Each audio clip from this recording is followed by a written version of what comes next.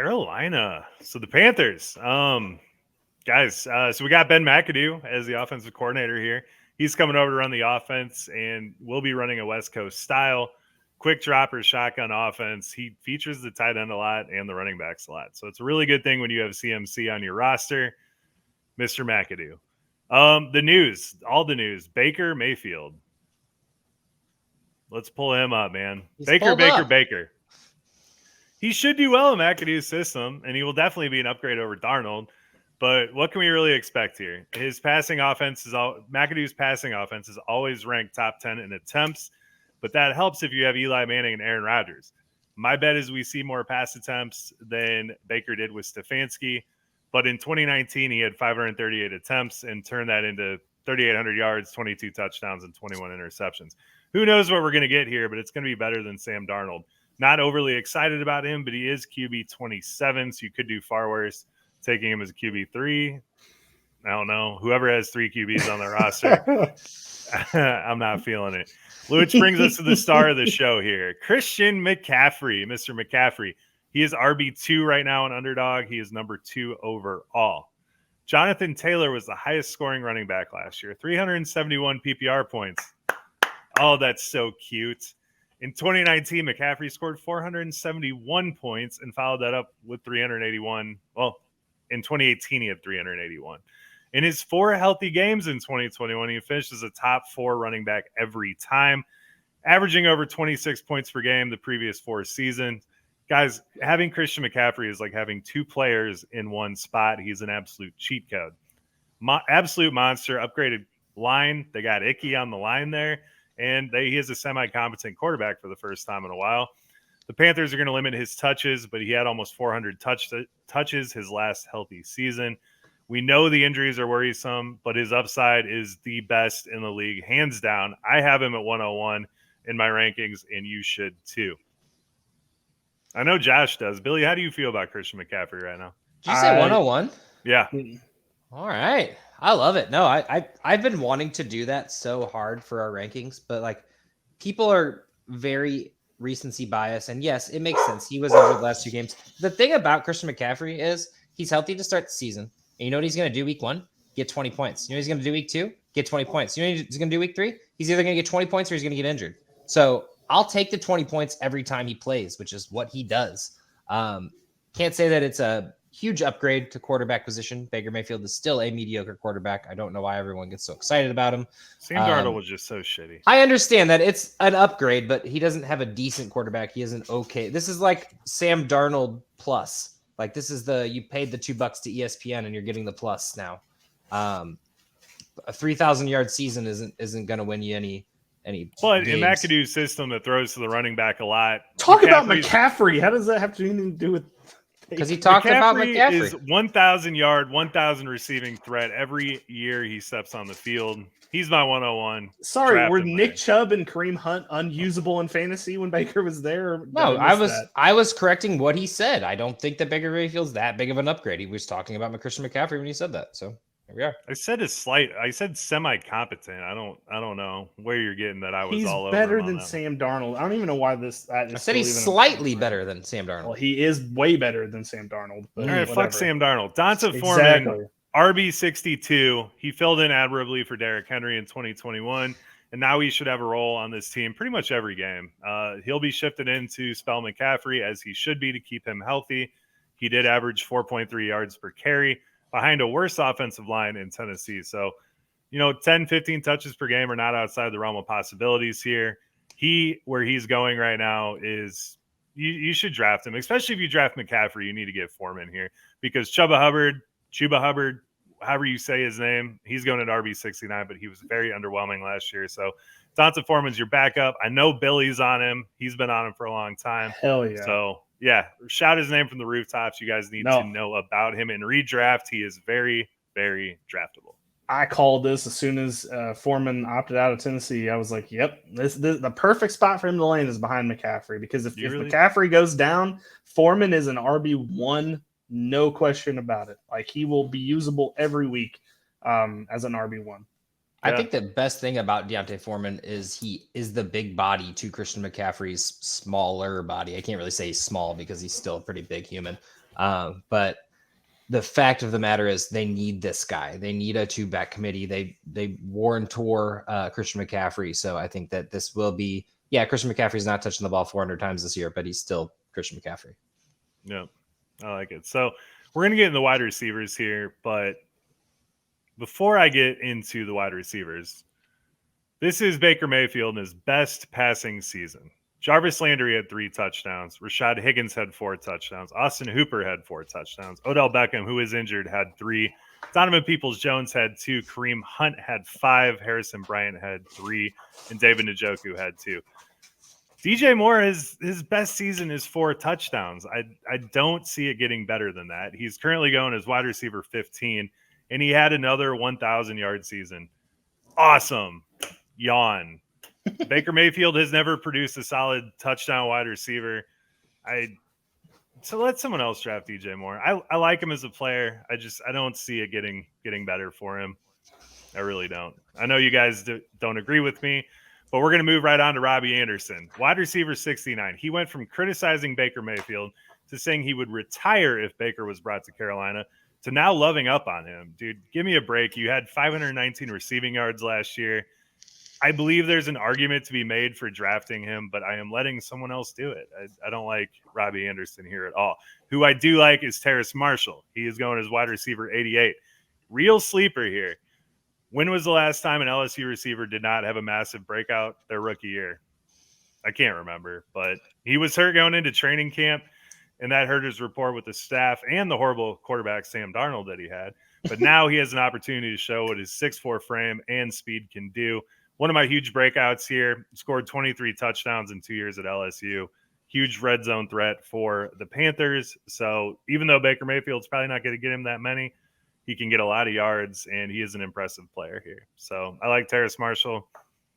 I 100% agree with everything you said, Joe. I don't know what you're talking about. Awesome. DJ Moore gets 4 touchdowns. He's not getting 8. And if he had 8, that makes him that top 15 wide receiver, but he didn't. And I don't think he does. I think he does get his 100 yards. I'm not upset about getting him as much as you are, but I'm not excited about, there's no upside. He's at his ceiling, and that's where he's being drafted. Terrace Marshall actually got off to a really good start last year with his targets at the very least. I mean, for a rookie quarterback who was being thrown the ball from Sam Darnold. So, and then Robbie Anderson, I think we're all done with him. Please just be done with him. The sleeper on this team is like hiding right behind Robbie Anderson.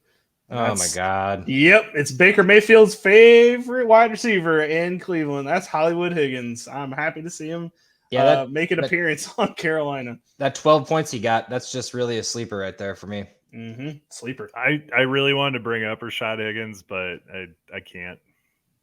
He had one good game, 17 points. Oh, Sleeper. there's some good ones in there. Back when Baker remembered how to throw a ball. Baker's favorite wide receiver, man. Dude, when y'all play DraftKings week 1, throw some Rashad Higgins in there and see what happens. It might be kind of fun. That's funny. The other guy I want to touch on, Tommy Tremble. He's tight end 41. He did not have an impressive rookie season, but he did look impressive doing it. But Ben McAdoo's offense, during his time with the Pack and Giants, the tight end was featured massively. So I think Tremble is a very good value. And in Dynasty, I would be trying to make a move to acquire him. Ian Thomas is the other tight end on this roster, but he does not have the athleticism that Tommy Tremble does. So if I'm going to bank on one guy in this offense, it will be Tommy Tremble. And I'm pretty excited about that, actually. No one's really on him. You could probably get him for a 4th right now. No one's paying any attention to him. I think you're the only person who owns him in any league that I'm in. So the new offensive coordinator for Carolina was a tight ends coach, so that could mean good things for the tight ends on this team. I'm not gonna. I know y'all are expecting me to have a huge Baker Mayfield is gonna carry this team to the playoffs rant, but that's really all not. I want to hear, Bill. I'm not gonna be there yet. I love that he is on this team. It seems like he's gonna get a fair shot at if Sam Darnold ends up starting over Baker week 1.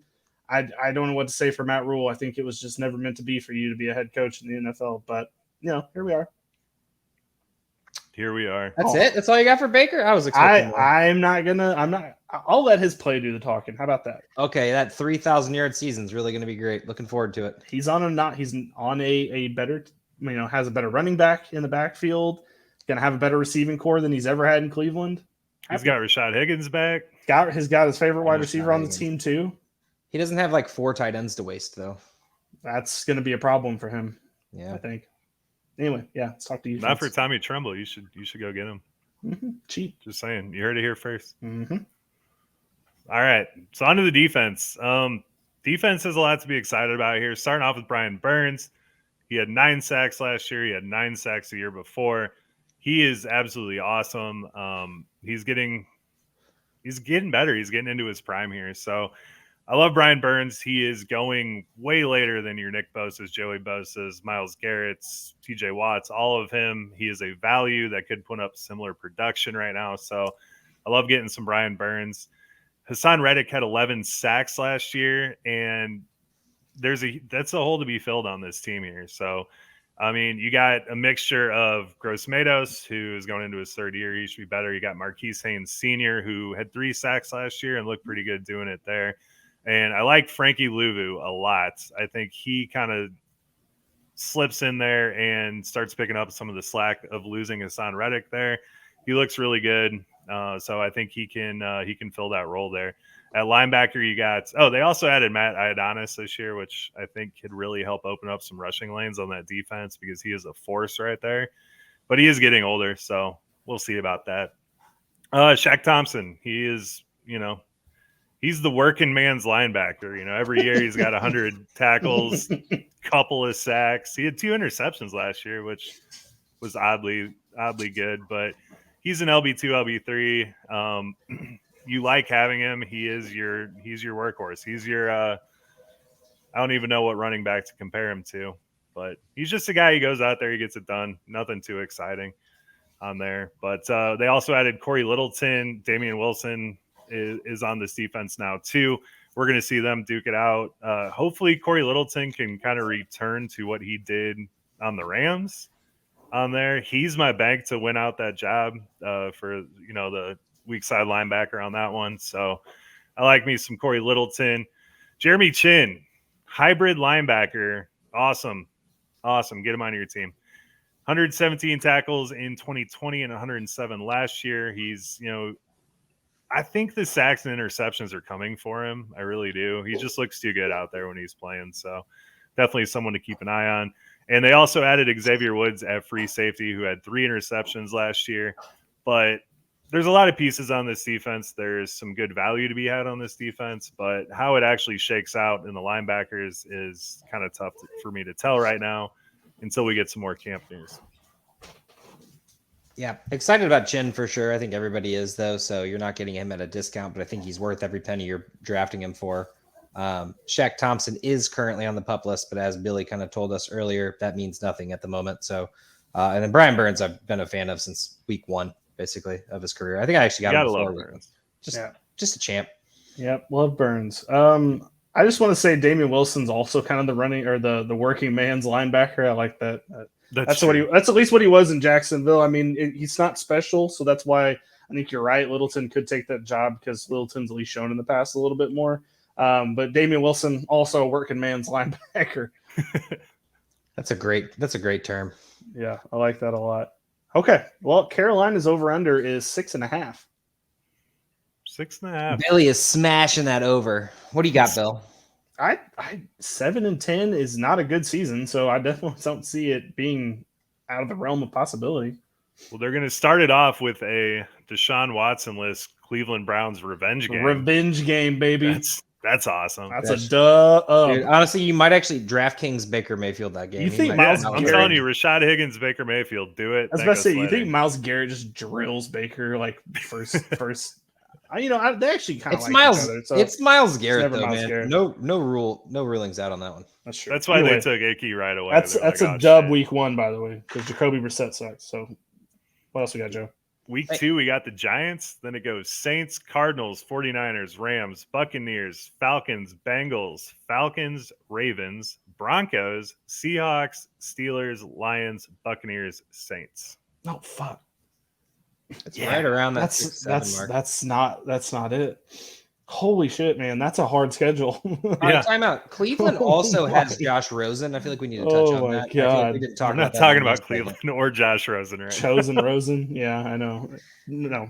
now. That's a dub for them. But the rest of that schedule is really hard. I cannot see them getting to 7. It all comes down to McCaffrey's health. They'll win 7 games if McCaffrey's healthy the full season. Possibly. The majority of the season. They're pulling some upsets. Baker is going to have to be better than what he was last year. Let's put it that way. I'm gonna go over. I'm gonna take the over here. Wow, I'm proud of you. I'm going under. I'm going under. Reverse jinx, baby. Baker Mayfield's really good at getting 7 wins. Yeah, you're not wrong about it.